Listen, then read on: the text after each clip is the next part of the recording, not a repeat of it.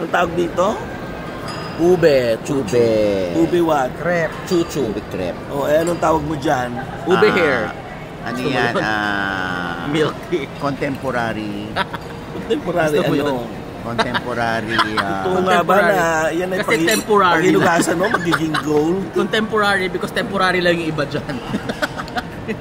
Nagpaano ang puta? Hair extension. European. Ito ba yan?